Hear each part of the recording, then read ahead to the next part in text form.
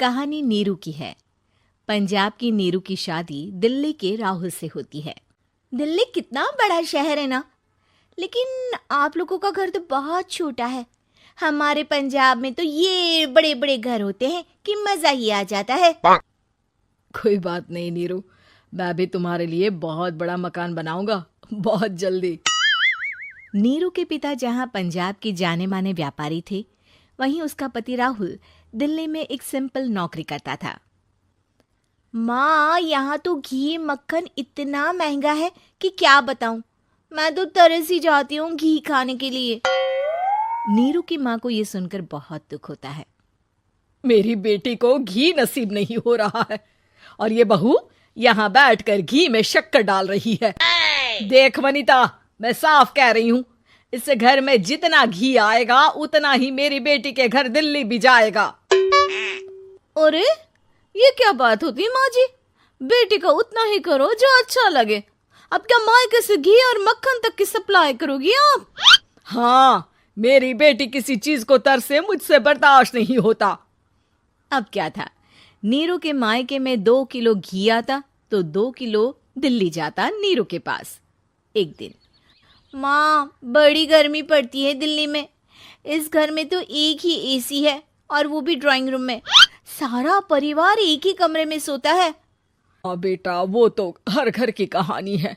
यहाँ भी एक ही एसी है। अरे बिल इतना आता है कि क्या बोलूं। तभी वहां राकेश आ जाता है। माँ, थोड़ी देर में यहाँ कुछ प्लम्बर आएंगे मेरे कमरे में एसी लगाने। जरा ध्यान से लगवा देना ना माँ। ओए, ऐसे कैसे तेरे कमरे में एसी लगेगा?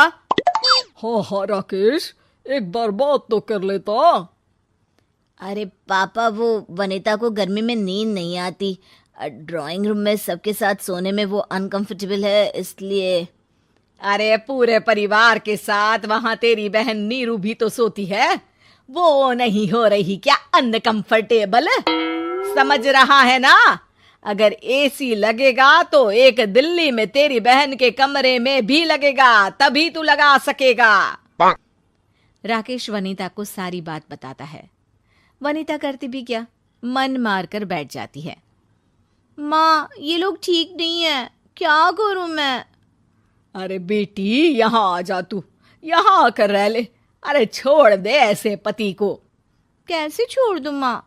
समाज क्या कहेगा, लोग क्या कहेंगे? वैसे भी मेरा एक बेटा है मयंक। अरे हटा बेटा, तेरी उम्र ही क्या है? इतनी परेशान रहेगी तो काम कैसे चलेगा? खैर, बात आई गई हो जाती है। माँ को लगता है कि नीरू ठीक है, तो वहीं नीरू के मन में एक ही लाइन चल रही होती है, यहाँ आजा। माँ ने तो बोल ही दिया है कि यहाँ आजा। बस मयंक थोड़ा सा बड़ा हो जाए, इन गरीबों को छोड़कर मैं वापस माँ के पास ही चली जाऊंगी। वो इसी सोच में बाजार में चल रही थी कि मैम, आपका दुपट्टा जमीन को छू रहा है। नीरू जैसे ही उस लड़के की तरफ देखती है, देखती ही रह जाती है। हाय रे, कितना सुंदर लड़का है ये। अब क्या हुआ? मैंने कहा आपका दुपट्टा। तो खुद ही उठाकर दे दो ना। लड़का समझ जाता है कि नीरू उस पर फिदा हो चुकी है। वो उससे उसका नंबर लेकर चला जाता है। अब क्या था, नीरू और रोहित में लगातार बातें होने लगती है। मैं हरियाणा का रहने वाला हूँ, यहाँ एक बड़ी कंपनी का मैनेजर हूँ। अच्छा, और कितने बच्चे हैं तुम्हारे? बच्चे? अरे मेरी तो शादी भी नहीं हुई है। तुम बताओ, शादी करोगी? नीरू शर्मा जाती है। अब लेकिन मैं तो पहले से ही शादीशुदा हूँ। मुझे फर्क नहीं पड़ता, बस तुम शादी कर लो। भाग चलते हैं, बहुत पैसे वाला हूं मैं, हमेशा खुश रखूंगा तुम्हें। नीरू रोहित से मिलकर सारा प्लान बना लेती है और फिर एक दिन घर से भाग जाती है। दोनों शादी कर लेते हैं। शादी के बाद, क्या बात है नीरू, तुम्हें परेशान सा देखता हूँ, सब ठीक तो है ना? हाँ हाँ, सब ठीक है।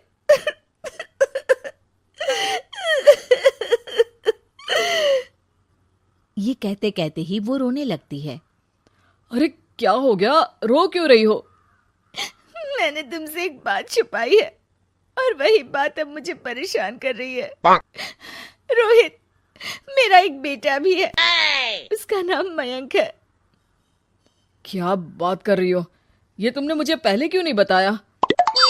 देखो नीरू, मेरी माँ को मैंने ये नहीं बताया है कि तुम शादीशुदा हो। बच्चा मैं मैनेज नहीं कर पाऊंगा।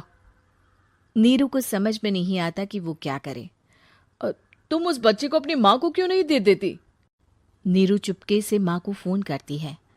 माँ, क्या मयंक को तुम रख सकती हो? बेटा, मैं राकेश के साथ बात करती हूँ। आखिर घर का बेटा वही है, जो वो बोलेगा।